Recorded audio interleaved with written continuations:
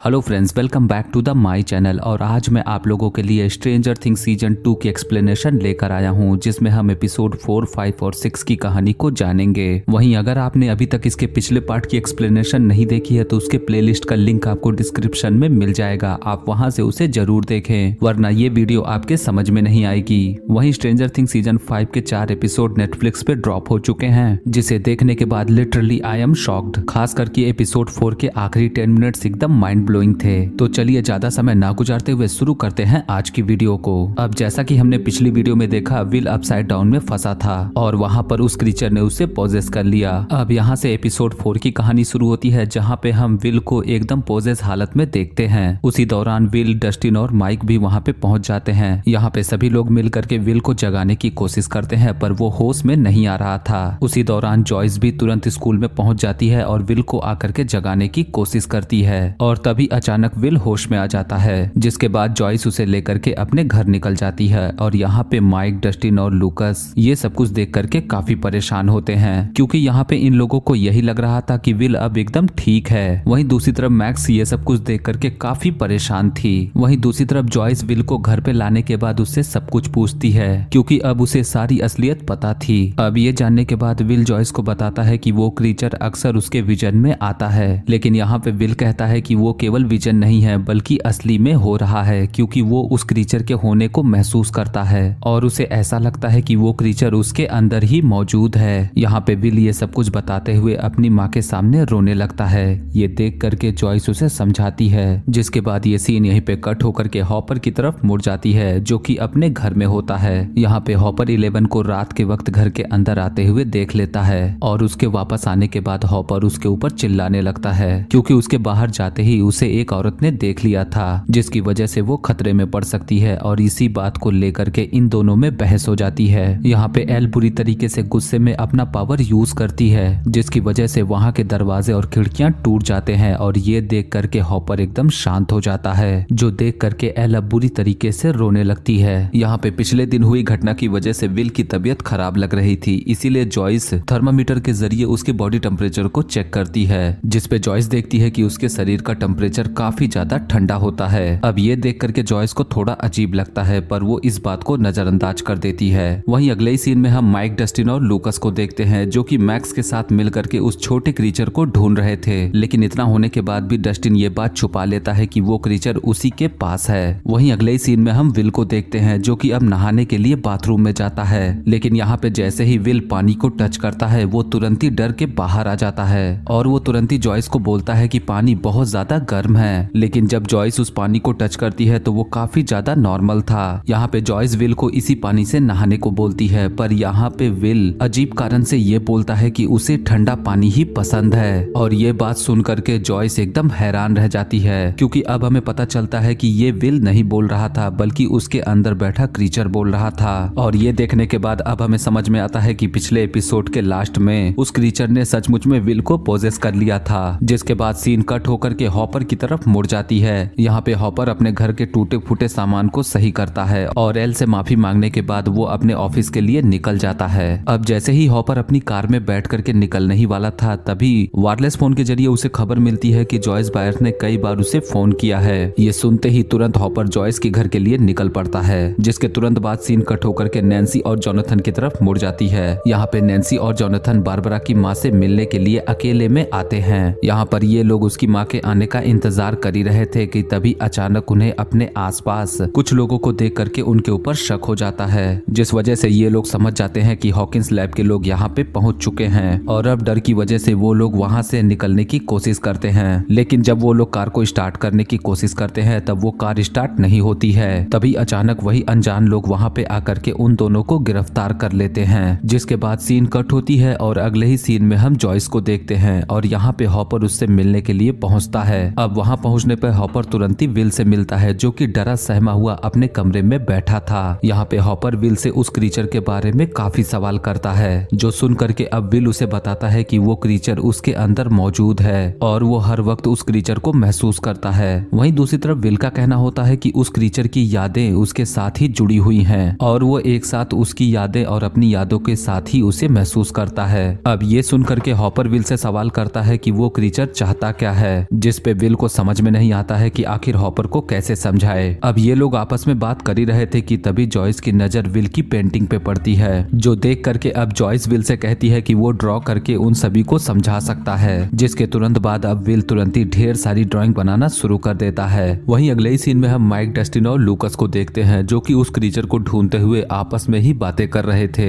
यहाँ पे माइक लूकस और डस्टिन को बताता है कि उसे हर हाल में उस क्रीचर को ढूंढना होगा, जिसके जरिए वो विल की मदद आसानी से कर सकते हैं। अब जाहिर तौर पर इतना सुनने के बाद भी डस्टिन ये नहीं बताता है कि वो क्रीचर उसी के घर में मौजूद है, क्योंकि हर हाल में वो उस क्रीचर को बचाना चाहता था। जिसके बाद सीन कट होकर के हॉकिंस लैब की तरफ मुड़ जाती है और यहाँ पे हम नैन्सी और जोनाथन को बंदी हालत में देखते हैं। यहाँ पे उन दोनों की मुलाकात डॉक्टर सैम से होती है, जो कि अब इन दोनों से बातें करते हैं। यहाँ पे डॉक्टर सैम का कहना था कि उन्हें अपना मुंह बंद रखना होगा, क्योंकि लैब के लोगों से जो भी गलतियां हो चुकी हैं, अगर उसके बारे में बाहर लोगों को पता चला तो गवर्नमेंट तुरंत ही उनके प्रोजेक्ट को बंद कर देगी। अब ये सुनने के बाद नैन्सी सैम से बोलती है कि उनके इस एक्सपेरिमेंट की वजह से बारबरा की मौत हो गई और उन्हें हर हाल में बारबरा की मौत के बारे में उनके परिवार को बताना होगा। अब जाहिर तौर पर ये सुनने के बाद डॉक्टर तुरंत ही उन दोनों को लेकर के वहाँ के चैम्बर में आते हैं और अब यहाँ आने के बाद पहली बार ये दोनों उस गेट को देखते हैं, जो कि अपसाइड डाउन को हमारी दुनिया से कनेक्ट करता था। यहाँ पे डॉक्टर उन दोनों को बताते हैं कि हमें किसी भी हाल में इस गेट को बंद करना होगा, क्योंकि अगर उन्होंने इस गेट को बंद नहीं किया तो वहाँ से क्रीचर हमेशा इस दुनिया में आते रहेंगे। वहीं दूसरी तरफ हमें ये भी पता चलता है कि उस दरवाजे से जो भी टेंटिकल्स बाहर आ रहे थे वो अब पूरी लैब में फैलने लगते हैं, जिससे बचने के लिए ये लोग वहाँ के टेंटिकल्स को लगातार जला रहे थे। जिसके बाद अब डॉक्टर का कहना होता है कि जब तक वो लोग इस दरवाजे को बंद नहीं करते तब तक उन दोनों को शांत रहना होगा। और इतना बोलने के बाद डॉक्टर सैम उन दोनों को जाने देते हैं, जिसके तुरंत बाद सीन कट होकर के विल की तरफ मुड़ जाती है और यहाँ पे विल ने सैकड़ों ड्राइंग बना दी थी, जो कि देखने में एकदम अजीब लगती हैं। और ये ड्राइंग देखने के बाद हॉपर को कुछ भी समझ में नहीं आता है कि आखिर विल ने क्या बनाया है। लेकिन तभी जॉयस की नजर वहाँ पे ड्राइंग में ब्लैक निशान पे पड़ती है, जो कि हर ड्राइंग में आपस में कनेक्ट हो रही थी। अब ये देख करके तुरंत ही हॉपर के मन में कुछ क्लिक होता है और अब वो दोनों मिल करके तुरंत ही सभी ड्राइंग को उसी पैटर्न में कनेक्ट करने लगते हैं। और अब पूरी ड्राइंग के कनेक्ट होने के बाद भी हॉपर को ये नहीं समझ में आता है कि ये आखिर हमें बताना क्या चाहती है। लेकिन जब हॉपर उस ड्राइंग को ध्यान से देखता है तब वो नोटिस करता है कि विल ने ज्यादातर उस हिस्से में मिट्टी जैसा कलर यूज किया था और ये देख करके हॉपर समझ जाता है कि ये सारी चीजें जमीन के नीचे हो रही हैं, क्योंकि ये सब देखने के बाद उसे एक और बात कनेक्ट होती है कि पिछले कुछ दिनों से हॉकिंस के किसान उसके पास कंप्लेन कर रहे थे कि उनके पॉपकिंस खराब हो रहे हैं। और इतना पता चलने के बाद हॉपर तुरंत ही वहां से निकल जाता है। वहीं अगले ही सीन में हम लूकस को देखते हैं, जो कि मैक्स को मनाने की कोशिश कर रहा था, क्योंकि यहाँ पे मैक्स लूकस से बहुत ज्यादा गुस्सा हो चुकी थी, क्योंकि वो सभी लोग ज्यादातर बातें मैक्स से छुपा रहे थे। और ये सब कुछ देख करके मैक्स को ऐसा लगता है कि शायद वो सभी लोग उसे इग्नोर कर रहे हैं। लेकिन यहाँ पे लूकस मैक्स को काफी समझाता है, पर वो किसी की भी बात नहीं सुनती है और तुरंत वहाँ से निकल जाती है। वहीं दूसरी तरफ हम मैक्स के भाई बिली को देखते हैं, जो कि अब मैक्स को लूकस से बात करते हुए देख जाता है, जिसकी वजह से बिली मैक्स को लूकस से दूर रहने को बोलता है। जिसके बाद सीन कट होकर के एल की तरफ मुड़ जाती है, जो कि अपने घर में साफ सफाई का काम कर रही थी। और अब साफ सफाई करते हुए जब एल वहाँ के बेसमेंट में जाती है तब वो देखती है कि वहाँ पे हॉपर ने ढेर सारे सबूत रखे थे, जो कि हॉकिंस लैब के बारे में होते हैं। और ये देख करके एल तुरंत ही वहाँ की फाइलों को चेक करने लगती है, जिसके अंदर उसे डॉक्टर ब्रैनर की फोटो मिलती है, जिसके साथ में एक लड़की थी। अब दोस्तों ये लड़की कोई और नहीं बल्कि टेरी आइस थी, जो कि 11 की माँ है। वहीं दूसरी तरफ एल को वहाँ पे रखे न्यूज़पेपर कटिंग के जरिए अपने असली नाम जेन का पता चल जाता है। वहीं दूसरी तरफ उसे अपनी माँ के घर का एड्रेस भी मिल जाता है। और अब ये देखने के बाद एल तुरंत ही अपनी माँ की फोटो को अपने हाथ में रख करके तुरंत अपने पावर का यूज करती है, जिसकी वजह से वो अपनी माँ को अपनी मेमोरी में देख पाती है, जो कि कुर्सी पे बैठ करके एक ही बात बार बार दोहरा रही थी। अब ये देखने के बाद एल समझ जाती है कि उसकी माँ अभी भी जिंदा है और वो उसका इंतजार कर रही है। वहीं ये सब कुछ जानने के बाद एल काफी ज्यादा दुखी हो जाती है और वहीं पे रोने लगती है। वहीं अगले ही सीन में हम जोनाथन और नैन्सी को देखते हैं, जो कि हॉकिंस लैब से निकल गए थे। और वहां से निकलने के बाद नैन्सी अपने पास से एक टेप रिकॉर्डर को निकालती है और अब हमें पता चलता है कि उन्होंने चुपके से अपने और डॉक्टर सैम की बातें रिकॉर्ड कर ली थी, ताकि वो लोग हॉकिंस लैब की सच्चाई आसानी से पुलिस को बता सकें और ये साबित कर सके कि बारबरा की मौत में हॉकिंस लैब के लोगों का हाथ है। जिसके बाद ये सीन यहीं पे कट होती है। अब अगले ही सीन में हम डस्टिन को देखते हैं, जो कि अपने घर पे पहुंचता है और अपने कमरे में जाने के बाद वो देखता है कि वो क्रीचर वहाँ पे नहीं होता है। तभी उसे आसपास किसी की आवाज सुनाई देती है और जब वो आगे बढ़ करके अपने सोफे के पीछे देखता है तब वो वहाँ का नजारा देख करके एकदम सन्न रह जाता है, क्योंकि वो देखता है कि वो क्रीचर अब काफी बड़ा हो गया था और उसने डस्टिन की पालतू बिल्ली को मार करके खा लिया था। अब ये देख करके डस्टिन को समझ में आ जाता है कि ये क्रीचर कोई और नहीं बल्कि डेमोगोर्गन का बच्चा है, जिसे हमने पिछले सीजन में देखा था। अब एपिसोड के लास्ट सीन में हम हॉपर को देखते हैं और वो फावड़ा लेकर के तुरंत ही उसी खेत में पहुंचता है जहां के पॉपकिंस खराब हो गए थे। वहां पहुंच करके वो वहां की जमीन को खोदने लगता है और थोड़ी ही दूर खुदाई करने के बाद उसका फावड़ा किसी अजीब से लिक्विड जैसी चीज में फंस जाता है। ये देख करके हॉपर तुरंत ही वहां पे अंदर घुस जाता है और अंदर आने के बाद वो देखता है कि जमीन के अंदर एक बड़ी सी सुरंग होती है जहां पे वही अजीब टेंटिकल्स थे। अब ये देख करके हॉपर काफी ज्यादा डर जाता है और एपिसोड 4 यहीं पे एंड हो जाती है।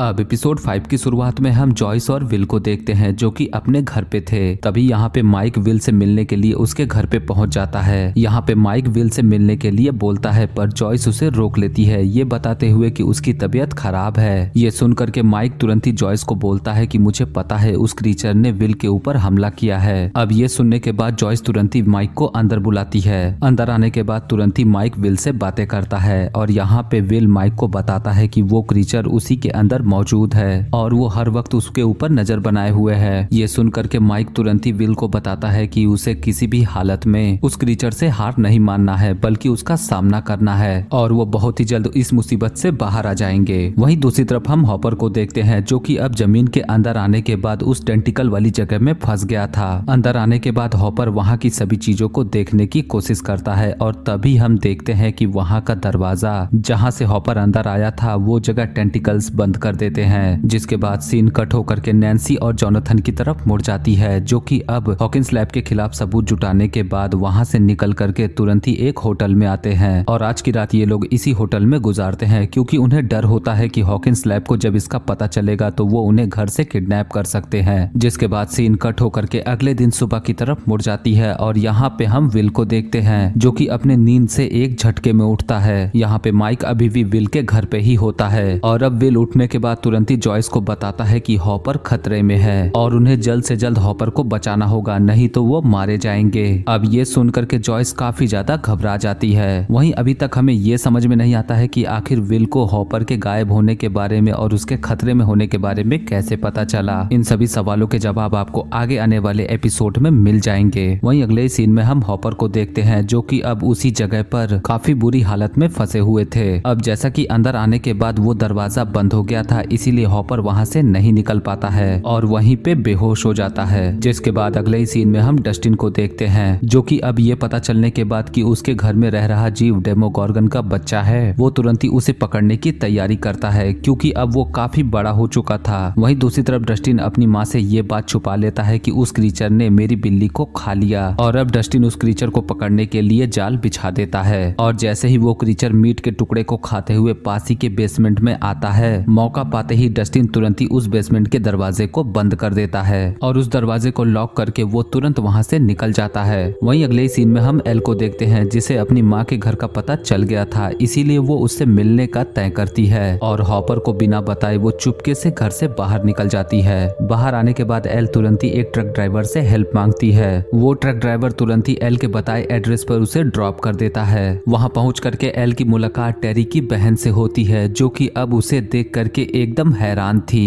क्योंकि अब तक उसे ऐसा ही लगता था कि जेन बचपन में ही मर चुकी है और अब यहाँ पे पहली बार एल की मुलाकात अपनी माँ से होती है और उससे मिलने के बाद एल देखती है कि वो बिल्कुल भी चल फिर नहीं सकती थी बल्कि वो बार बार एक ही बात को दोहरा रही थी, जो देख करके अब एल टेरी की बहन से सवाल करती है कि उन्हें आखिर क्या हुआ है, लेकिन जाहिर तौर पर उसकी बहन को भी कुछ भी ज्यादा पता नहीं था। वहीं अगले सीन में हम नैन्सी और जोनाथन को देखते हैं जो कि अब होटल से निकलने के बाद तुरंत मैरी बाउमेन के ऑफिस पहुंचते हैं, जिसे बारबरा को ढूंढने के लिए हायर किया गया था। अब उससे मिलने के बाद नैन्सी और जॉनथन हॉकिंस लैब और 11 की पूरी सच्चाई उसे बता देते हैं, क्योंकि यहाँ पे इन दोनों को अच्छे से पता था कि बाउमेन एक काबिल जर्नलिस्ट है, इसीलिए वो उनकी मदद कर सकता है हॉकिंस लैब के लोगों की सच्चाई सामने लाने के लिए। वहीं दूसरी तरफ लैब की सच्चाई जानने के बाद बाउमेन भी काफी ज्यादा हैरान होता है। वहीं अगले सीन में हम मैक्स को देखते हैं, जो कि गेम शॉप पे पहुंचती है। अंदर आने के बाद उसकी मुलाकात लूकस से होती है, जो कि यहाँ पे मैक्स को सब कुछ समझाने के लिए आया था, लेकिन जाहिर तौर पर मैक्स अभी भी लूकस से काफी गुस्सा थी, इसीलिए वो लूकस की बात नहीं सुनती है। अब कोई और रास्ता ना होने पर लूकस पूरी सच्चाई मैक्स को बता देता है, लेकिन सारी बातें सुनने के बाद अब भी मैक्स को उसके ऊपर विश्वास नहीं होता है, क्योंकि यहाँ पे उसे ऐसा लगता है कि लूकस उसे मनाने के लिए ऐसी ही कहानियां बना रहा है, जिसकी वजह से मैक्स जोर जोर से हॉकिंस लैब का नाम लेने लगती है। ये देख करके लूकस तुरंत ही उसे चुप कराता है और वहाँ से बाहर जाने को बोलता है। अब लूकस को इस तरीके से डरता देख करके मैक्स को उसकी बात पे थोड़ा थोड़ा विश्वास होता है। वहीं अगले ही सीन में हम जॉयस, विल और माइक को देखते हैं, जो कि उसकी ड्राइंग को समझने की कोशिश कर रहे थे। तभी यहाँ पे बॉब आ जाता है और वो जॉयस से बातें करता है। अब यहाँ पे जॉयस काफी ज्यादा बिजी होती है, इसीलिए वो बॉब को जाने को बोलती है, जो सुन करके बॉब तुरंत ही वहाँ से जाने लगता है। लेकिन तभी जॉयस को याद आता है कि बॉब क्लूज ढूंढने में माहिर है, इसीलिए वो बॉब को तुरंत ही अंदर बुलाती है। और अब अंदर आने के बाद विल की ड्राइंग देख करके बॉब भी काफी आश्चर्य में पड़ जाता है, लेकिन यहाँ पे जॉयस का कहना होता है कि वो बिना कुछ पूछे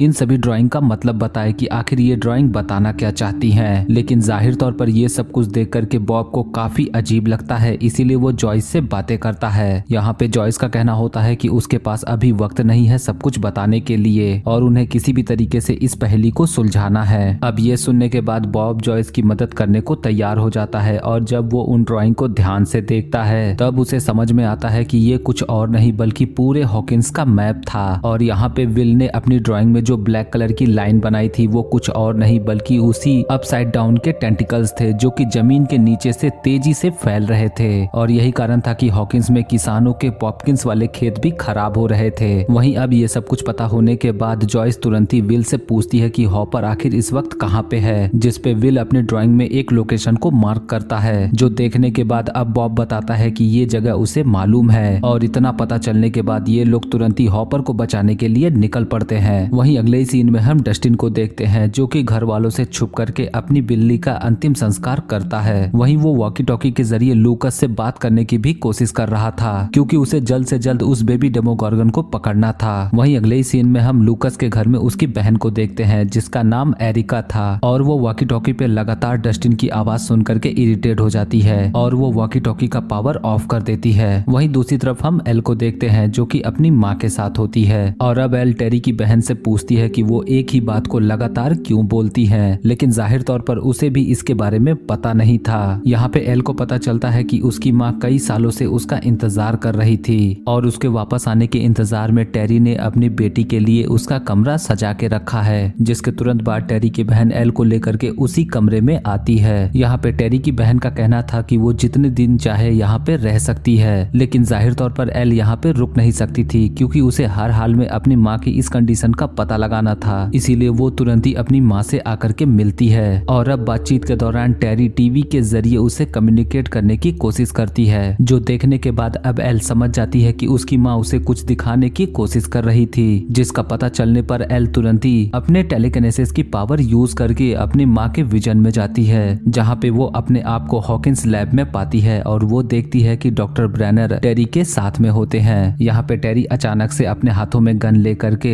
डॉक्टर ब्रैनर और उनके आदमियों को रोकने की कोशिश करती है, और उन लोगों से बचते हुए किसी तरह से एक कमरे के अंदर आती है। और वहाँ पे आने के बाद जब वो दरवाजा खोलती है तो अंदर हम दो छोटी लड़कियों को देख पाते हैं, जिनमें से एक बच्ची कोई और नहीं बल्कि एल होती है। यहाँ पे हम देखते हैं कि एल एक और लड़की के साथ में होती है, जिसका नाम काली था। अब इससे पहले कि टेरी एल से कुछ कह पाती, तभी अचानक हॉकिंस लैब के लोग वहाँ पे आकर के उसे पकड़ लेते हैं, और ये देखने के बाद एल तुरंत ही होश में आ जाती है और वो बुरी तरीके से डर जाती है, जिसके बाद ये सीन यहीं पे कट होकर के डस्टिन की तरफ मुड़ जाती है। यहाँ पे डस्टिन तुरंत ही माइक के घर पे पहुंचता है, लेकिन वहाँ पे आने के बाद उसे पता चलता है कि माइक यहाँ पे नहीं था, इसीलिए डस्टिन वहाँ से जाने लगता है। तभी उसकी नजर स्टीव हैरिंगटन पे पड़ती है, जो कि यहाँ पे नैन्सी से मिलने के लिए आया था, और अब डस्टिन तुरंत ही स्टीव को बताता है कि नैन्सी यहाँ पे नहीं है। यहाँ पे डस्टिन अपनी मदद के लिए स्टीव को अपने साथ चलने को बोलता है, जो सुनने के बाद स्टीव तुरंत ही डस्टिन के साथ निकल जाता है। वहीं अगले ही सीन में हम नैन्सी और जोनाथन को देखते हैं जो कि बॉमेन के साथ में थे। यहाँ पे नैन्सी बॉमेन से पूछती है कि क्या ये सबूत हॉकिंस लैब के लोगों की सच्चाई सामने लाने के लिए काफी है, लेकिन यहाँ पे बॉमेन को कई चीजों पे विश्वास नहीं हो रहा था, इसीलिए वो और भी ज्यादा सबूत जुटाने को बोलता है क्योंकि हॉकिंस लैब के लोग काफी ज्यादा पावरफुल थे। वहीं एपिसोड के लास्ट सीन में हम जॉयस को देखते हैं जो कि हॉपर को ढूंढते हुए उसी खेत में पहुंच जाते हैं। वहाँ पे जॉयस को वही गड्ढा दिखाई देता है जो कि हॉपर ने खोदा था, और जब वो गड्ढे के अंदर आने के बाद फावड़े से उन टेंटिकल्स को हटाती है, उसे समझ में आ जाता है कि हॉपर यहीं पे फंसा हुआ है। इसीलिए अब जॉयस अपनी जान की परवाह ना करते हुए तुरंत ही उस गड्ढे के अंदर आ जाती है, जो देख करके बॉब भी उसके पीछे पीछे आ जाता है। अब अंदर आने के बाद वो लोग तुरंत ही हॉपर को ढूंढने लगते हैं। तभी कुछ ही दूर आने के बाद उन्हें हॉपर उन्हीं टेंटिकल्स के बीच में जकड़ा हुआ दिखाई देता है, जो देख करके बॉब और जॉयस तुरंत ही उन टेंटिकल्स को काट करके किसी तरीके से हॉपर को छुड़ा लेते हैं, जो कि अभी भी जिंदा था। वहीं दूसरी तरफ हम विल और माइक को देखते हैं जो कि गड्ढे के बाहर ही रुके थे। तभी वहाँ पे हॉकिंस लैब के लोग आते हुए दिखाई देते हैं जो कि रेडिएशन सूट में थे, और वो तुरंत ही उसी गड्ढे के अंदर आकर के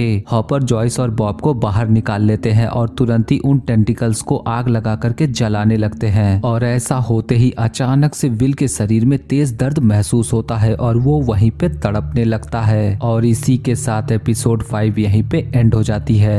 अब एपिसोड 6 की शुरुआत स्टीव और डस्टिन से होती है जो कि उस डेमोगॉर्गन को पकड़ने के लिए निकल गए थे। रास्ते में जाते वक्त डस्टिन स्टीव को पूरी बात बता देता है, और अब घर पहुंचने के बाद स्टीव अपना हथियार लेकर के उसी बेसमेंट के पास आता है, जहां पे अब डरते हुए डस्टिन उस बेसमेंट का दरवाजा खोलता है, लेकिन उसे कोई भी हलचल सुनाई नहीं देती है। और जब वो लोग अंदर आते हैं तो अंदर भी उन्हें वो डेमोगॉर्गन नहीं दिखता है। तभी अचानक यहाँ पे स्टीव की नजर पास ही में एक सुरंग पे पड़ती है, जो देख करके डस्टिन भी हैरान रह जाता है क्योंकि वो डेमोगॉर्गन बेसमेंट के अंदर ही सुरंग बना के यहाँ से निकल चुका था, जो जानने के बाद अब इनकी हालत खराब होने लगती है क्योंकि अब वो काफी बड़ा हो चुका था। इसीलिए ये दोनों उसे पकड़ने के लिए तुरंत निकल पड़ते हैं। अब अगले ही सीन में हम विल को देखते हैं जिसे अभी भी तेज दर्द महसूस हो रहा था, और हॉकिंस लैब के लोग उसे लेकर के तुरंत लैब में आते हैं। अब लैब के अंदर आने के बाद हॉपर को तुरंत क्वारंटीन किया जाता है ताकि अपसाइड डाउन के अंदर कोई वायरस हो तो वो इनकी दुनिया में ना आए। वहीं दूसरी तरफ जॉयस डॉक्टर सैम को विल की हालत के बारे में पूरी बात बताती है, जो सुनने के बाद अब डॉक्टर सैम का कहना होता है कि उन्हें विल के ऊपर कुछ टेस्ट करने होंगे, जिसके बाद डॉक्टर वहां से निकल करके तुरंत ही हॉपर से मिलते हैं। यहाँ पे डॉक्टर का कहना होता है कि वो हॉपर को कुछ दिखाना चाहते हैं, इसीलिए वो तुरंत ही रेडिएशन सूट पहनने के बाद वो लोग लिफ्ट के जरिए वहाँ के बेसमेंट में आते हैं। और अब अंदर का नजारा देख करके हॉपर एकदम हैरान रह जाता है क्योंकि अब तक अपसाइड डाउन के पूरे टेंटिकल्स चारों तरफ फैल गए थे। तभी यहाँ पे हॉपर नोटिस करता है कि अंदर भी ढेर सारी सुरंगें होती हैं और यहाँ से ढेर सारे क्रीचर जरूर से उनकी दुनिया में आए होंगे। वहीं दूसरी तरफ हम जॉयस को देखते हैं जो कि बॉब के साथ में थी, और अब कोई और रास्ता ना होने पर जॉयस बॉब को विल के बारे में पूरी सच्चाई बता देती है, जो सुनने के बाद अब बॉब को भी उस पर यकीन नहीं होता है। लेकिन यहाँ पे जॉयस का कहना था कि ये सारी बातें सच हैं, जिस पे बॉब उसका विश्वास कर लेता है। जिसके बाद सीन कट होकर के डस्टिन की तरफ मुड़ जाती है, जो कि स्टीव के साथ मिल करके उस डेमोगॉर्गन को पकड़ने की तैयारी कर रहा था। और अब उसे पकड़ने के लिए ये दोनों एक सुनसान जगह को चुनते हैं, और वहां पहुंच करके ये लोग ढेर सारे मीट के टुकड़े आसपास फैला देते हैं ताकि वो डेमोगॉर्गन इस मीट को खाते हुए यहाँ तक आ जाए और वो आसानी से उसे पकड़ सके। अब उसी दौरान डस्टिन का कांटेक्ट लूकस से हो जाता है, जिसकी वजह से डस्टिन तुरंत ही लूकस को अपने पास बुलाता है ताकि वो सभी लोग मिल करके उसको पकड़ सके। वहीं अगले ही सीन में हम विल को देखते हैं जहाँ पे डॉक्टर सैम और उसकी टीम के लोग विल से बातें करने की कोशिश कर रहे थे, और अब बातचीत के दौरान इन्हें पता चलता है कि विल की याददाश्त अब धीरे धीरे जा रही थी क्योंकि यहाँ पे वो क्रीचर धीरे धीरे विल की माइंड को काबू कर रहा था, और यही कारण था कि विल हॉपर और जॉयस को भी पहचानने से इनकार कर देता है। वहीं अब बातचीत के दौरान सभी लोग नोटिस करते हैं कि विल काफी ज्यादा अजीब बातें कर रहा था, और उसकी बातें सुन करके ऐसा लग रहा था कि जैसे वो विल नहीं बल्कि कोई और ही हो, क्योंकि अब विल डॉक्टर से बताता है कि उनके सोल्जर ने उसे दर्द दिया और अब वो काफी ज्यादा गुस्से में है, जो सुन करके डॉक्टर सैम को कुछ समझ में आता है और वो उसी क्रीचर की ड्राइंग को दिखाते हैं जो कि विल ने बनाया था। यहाँ पे डॉक्टर सैम विल से पूछते हैं कि क्या यही वो क्रीचर है जो अब गुस्से में है, जिसमें विल हाँ में जवाब देता है, जो सुनने के बाद लैब के लोग विल के ऊपर एक टेस्ट करते हैं। तभी लैब के लोग एक ग्लास बॉक्स को लेकर आते हैं और उस बॉक्स बॉक्स में वही टेंटिकल होता है जो कि इन्हें अपसाइड डाउन में मिला था। और अब डॉक्टर उस टेंटिकल को जैसे ही आग में जलाते हैं, अनजान कारण से विल की बॉडी में तेज पेन महसूस होता है, जिसकी वजह से वो अब तड़पने लगता है। और ये देख करके हॉपर, जॉयस और माइक तुरंत ही उन्हें रोक देते हैं। और ये देखने के बाद अब हमें समझ में आता है कि जो भी चीज विल के अंदर थी उसकी सोल हर उस चीज से कनेक्टेड थी जो कि अपसाइड डाउन के अंदर होता है। यानी कि अपसाइड डाउन के अंदर किसी भी चीज पे, चाहे वो कोई जीव हो या पेड़ पौधे, अगर उनके ऊपर कोई हमला करता है तो उसका असर विल के ऊपर भी आएगा। वहीं ये सब कुछ देखने के बाद इन लोगों के समझ में आता है कि अगर ये सब कुछ ज्यादा हुआ तो विल की जान भी जा सकती है, जो जानने के बाद अब ये लोग काफी ज्यादा डर चुके थे। लेकिन यहाँ पे डॉक्टर सैम जॉयस और हॉपर को बताते हैं कि ये एक वायरस की तरह है और हम इसका इलाज ढूंढ लेंगे।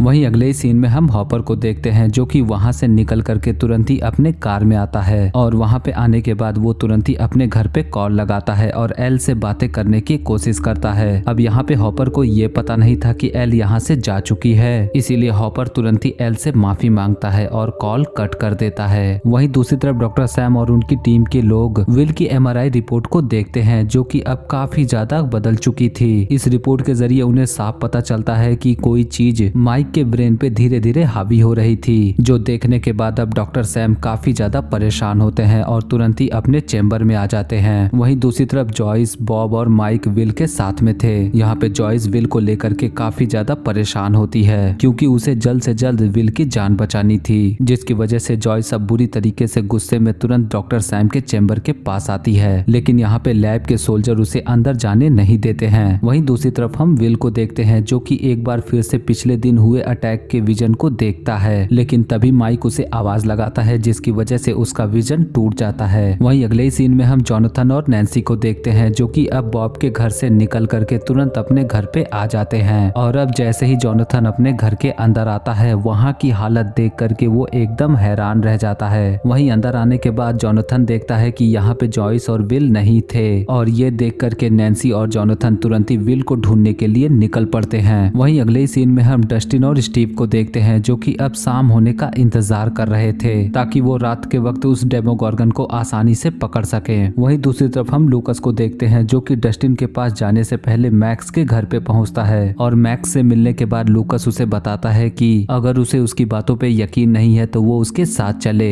जो सुनने के बाद मैक्स अपने भाई से छुप करके लूकस के साथ निकल जाती है। लूकस उसे लेकर के डस्टिन के पास पहुंच जाता है। अब यहाँ पे डस्टिन लूकस के साथ मैक्स को देख करके काफी ज्यादा गुस्सा होता है, जिसकी वजह से इन दोनों की बहस हो जाती है क्योंकि यहाँ पे डस्टिन का कहना होता है कि उसे कोई भी सच्चाई नहीं बतानी चाहिए थी। जो सुनने के बाद लूकस डस्टिन से माफी मांगता है, जिसके बाद सीन कट होकर के विल की तरफ मुड़ जाती है। यहाँ पे लैब के लोग विल की बनाई हुई ड्राइंग को दिखा करके उससे पूछते हैं कि आखिर उसके अंदर जो क्रीचर मौजूद है वो इस वक्त कहाँ पे है। जो सुनने के बाद विल अपनी बनाई हुई ड्राइंग में एक जगह को बताता है। यहाँ पे विल का कहना था कि वो क्रीचर यहीं पे मौजूद है और उन्हें जल्द से जल्द उस क्रीचर को मारना होगा, इससे पहले कि उस क्रीचर को हमारे बारे में सब पता चल जाए, क्योंकि वो विल की माइंड के जरिए कनेक्ट होता है। वहीं दूसरी तरफ स्टीव, डस्टिन और लूकस उस डेमोगॉर्गन को पकड़ने के लिए वहाँ पे एक ट्रैप लगा देते हैं, और सूरज के ढलने के बाद वो लोग उस क्रीचर के आने का इंतजार करते हैं। यहाँ पे लूकस दूरबीन के जरिए आसपास नजर रख रहा था। वहीं दूसरी तरफ स्टीव और डस्टिन आपस में बातें करते हैं। तभी यहाँ पे लूकस को अपने आसपास कोई हलचल महसूस होती है, और जब वो ध्यान से देखता है तब उसे वो क्रीचर अपने सामने ही दिखाई देता है। वहीं दूसरी तरफ लैब के सोल्जर अपसाइड डाउन के अंदर उसी जगह की तरफ बढ़ रहे थे जो जगह विल ने बताई थी। वहीं दूसरी तरफ स्टीव और डस्टिन को उस क्रीचर के और आगे आने का इंतजार था ताकि वो उनके बनाए हुए ट्रैप में फंस जाए, लेकिन यहाँ पे वो क्रीचर आगे नहीं बढ़ता है। जो देखने के बाद स्टीव अपना हथियार लेकर के वहाँ से बाहर आ जाता है ताकि उसे देखने के बाद वो डेमोगॉर्गन आगे बढ़ेगा और उस ट्रैप में फंस जाएगा। लेकिन यहाँ पे जब स्टीव थोड़ा ही आगे बढ़ा था